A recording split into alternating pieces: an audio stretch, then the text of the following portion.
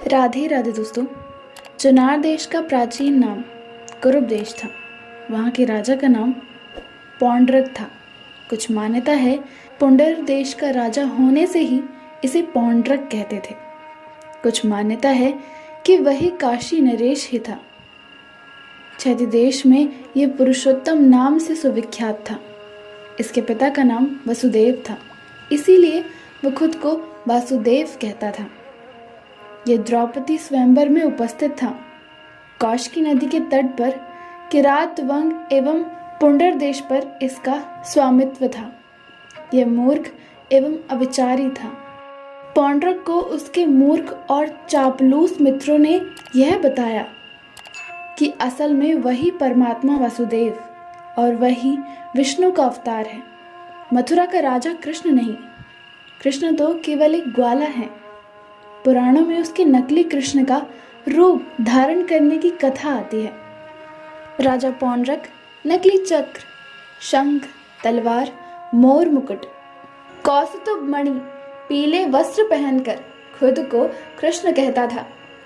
एक दिन उसने भगवान श्री कृष्ण को यह संदेश भी भिजवा दिया था कि पृथ्वी में समस्त लोगों पर अनुग्रह कर उसका उद्धार करने के लिए मैंने वसुदेव नाम से अवतार लिया है।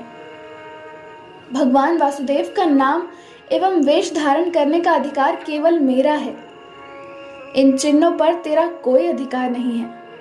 तुम इन चिन्ह एवं नाम को तुरंत ही छोड़ दो, वरना युद्ध के लिए तैयार हो जाओ। जब श्री कृष्ण को उसने युद्ध के लिए ललकारा, तब बहुत समय तक श्री कृष्ण उसकी बातों और हरकतों को नजरअंदाज करते रहे। बाद में उसकी ये सब बातें अधिक सहनीय नहीं हुई। उन्होंने प्रत्युत्तर भेजा, तेरे संपूर्ण विनाश करके मैं तेरे सारे गर्व का परिहार शीघ्र ही करूंगा। यह सुनकर पौंड्रक कृष्ण के विरुद्ध युद्ध की तैयारी शुरू करने लगा। अपने मित्र काशीराज की सहायता प्राप्त करने के लिए वो काशी नगर गया। यह सुनते ही श्री कृष्ण ने ससैन्य काशी देश पर आक्रमण किया। भगवान श्री कृष्ण आक्रमण कर रहे हैं, यह देखकर पौंड्रक और काशीराज अपनी अपनी सेना लेकर नगर की सीमा तक आए। युद्ध के समय पौंड्रक ने शंख, चक्र, गदा, धनुष, वनमाला, रेशमी पीतांबर, उत्तरीय वस्त्र, मूल्यवान आभूषण आदि धारण किया था एवं वह गरुड़ पर आरूढ़ था, अर्थात सवार था। नाटकीय ढंग से युद्ध भूमि में प्रकट हुआ।